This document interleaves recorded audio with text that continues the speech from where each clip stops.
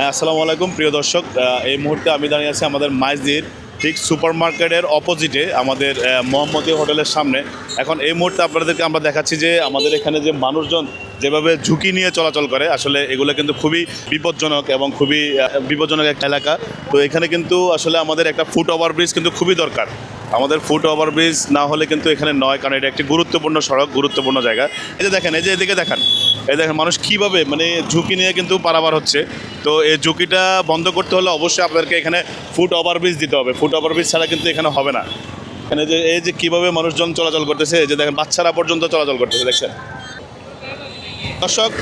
এই যে আপনাদেরকে আমরা সরাসরি দেখছি দর্শক, এই যে দেখেন কীভাবে চলাচল করতেছে, মানে খুবই ঝুঁকি নিয়ে চলাচল করতেছে। আমাদের একটাই চাওয়া যে আমাদের কর্তৃপক্ষ যেন খুব দ্রুত এখানে একটা ফুট ওভারব্রিজ দিয়ে দেয়, কারণ ফুট ওভারব্রিজ যেখানে দিচ্ছে সেখানে কিন্তু আসলে কোনো ভ্যালু নাই। ফুট ওভারব্রিজ যেখানে আছে সেখানে মানুষজন চলাচল করে না, মানুষজন চলাচল করে ব্যস্ততা বেশি, কিন্তু এই জায়গাটাতে মানুষের ব্যস্ততা একদম বেশি। তো এই জন্য আসলে কর্তৃপক্ষ যেন খুব শীঘ্রই সুদৃষ্টি দেয়।